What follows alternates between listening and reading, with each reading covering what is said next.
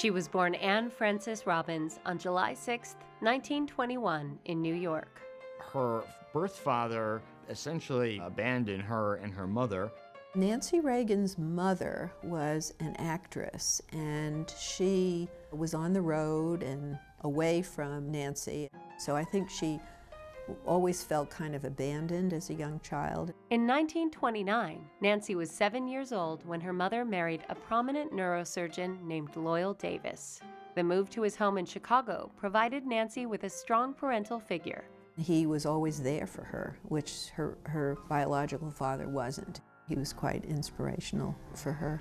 After graduating from Smith College in 1943, Nancy moved to Hollywood to pursue work as an actress. It was there that she met an actor and recent divorcee named Ronald Reagan. It ended up being an incredible love affair that people still, when they reflect on it and speak of it, feel it was one of the greatest relationships they've ever witnessed. They married in a small ceremony on March 4, 1952. Nancy quickly settled into the role of homemaker, while her husband moved toward a career in politics. Well, it wasn't really too long into their marriage that she had her first child, her daughter. As a result of that, there really wasn't all that much time for Ronald and Nancy Reagan to just be, newlyweds. He had 2 children from the first marriage, and Nancy was a sometime mother to those 2.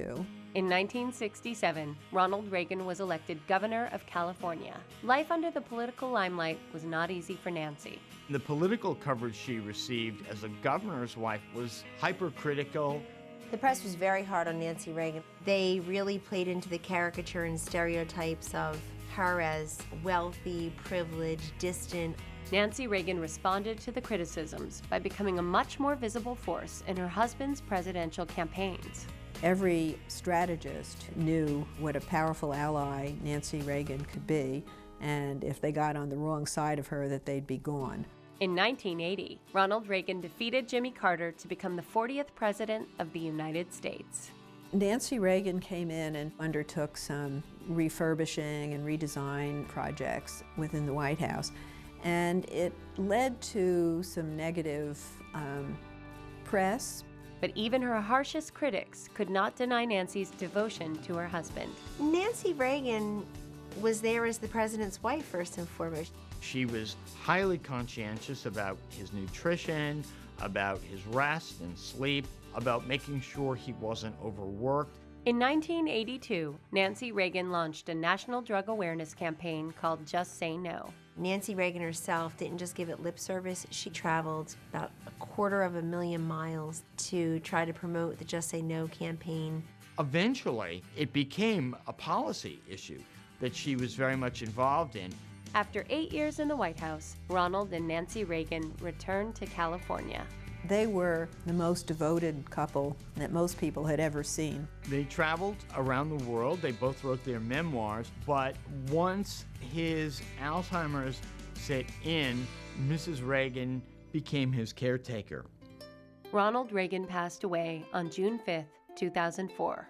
That same year, Nancy Reagan took an aggressive stance in support of stem cell research. Nancy Reagan became more involved, asking then President George W. Bush to take a real look at embryonic stem cell funding and research. Nancy Reagan has a fascinating legacy in that it goes from somebody seen as more style than substance and ended as having perhaps more substance than style.